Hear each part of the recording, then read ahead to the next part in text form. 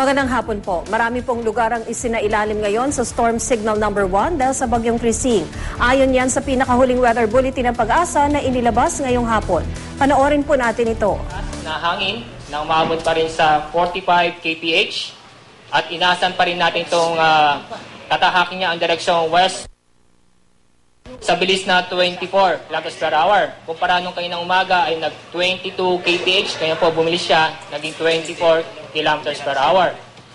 As in nakikita sa aming satellite image, kahit na itong, bagamat itong sentro ng bagyo nasa bandang malapit sa Davao del Sur, itong sentro ng bagyong si Krising, ay maulap at may mga pag-ulan dito sa Visayas, buong Visayas po yan, at northern at western Mindanao. Dahil po yan sa epekto ng Krising, pangalawa yung northeast monsoon, at merong wind convergence.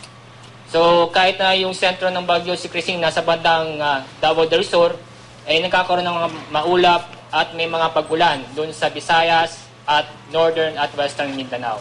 So asahan po nila sa mga lugar na aking nabanggit na magkakaroon pa rin ng moderate to heavy rains doon sa mga lugar na yon. So sa mga lugar na kataas ng public storm warning signals, number 1, meron nadagdag na 4. So marami ito, so isa-isahin ko. Signal number 1 sa Davao del Norte, Davao del Sur, kasama Sama Island, Davao Oriental, Compostela Valley, southern part ng Surigao del Sur, Agusan del Sur, Bukidnon, Lanao del Norte, Lanao del Sur, North Cotabato, Maguindanao, Sultan Kudarat, South Cotabato, Sarangani, Misamis Occidental, Zamboanga del Norte, Zamboanga del Sur, Zamboanga Sibugay, Basilan, Sulu, Tawi-Tawi at Southern Palawan. So bakit maraming lugar na nakataas ang public storm warning signal number 1? Dahil una-una ay mabilis ang pagkilos ng bagyo. Nag-24 km per hour, kaya itong mga lugar na banggit ko ay tinaas natin ng public storm warning signal number 1.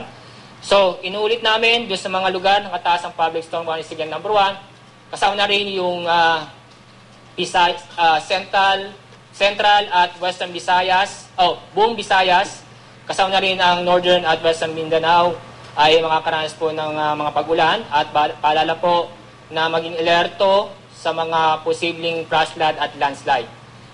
At bagamat na walang public storm warning signals dito sa bandang eastern part ng ating bansa, nakataas po ang gale warning, sabihin ay malakas po ang hangin, kaya malalaking alon, inaasahan po natin sa araw nito, dito sa northern, eastern at southern seaboard ng Luzon, central at eastern seaboards ng Visayas, at eastern seaboards ng Mindanao. Kailan nasa natin lalabas ito sa PAR, itong si Bagyong Krising, ay nasa po natin itong Thursday ng hapon. Labas ito ng PAR.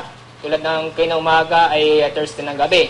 Dahil nga bumilis ang kanyang pagkilos, 24 kph, kaya Thursday ng hapon nasa labas ito ng PAR. Sa Metro Manila, wala pa nakataas ang public storm warning signal sa araw nito dahil malayo ang bagyo sa atin. Ang inaasa nating weather sa Metro Manila ay maulap at may mga mahinang pag-ulan dahil sa northeast monsoon. And then, mayroong katanungan. Tanong po kayo.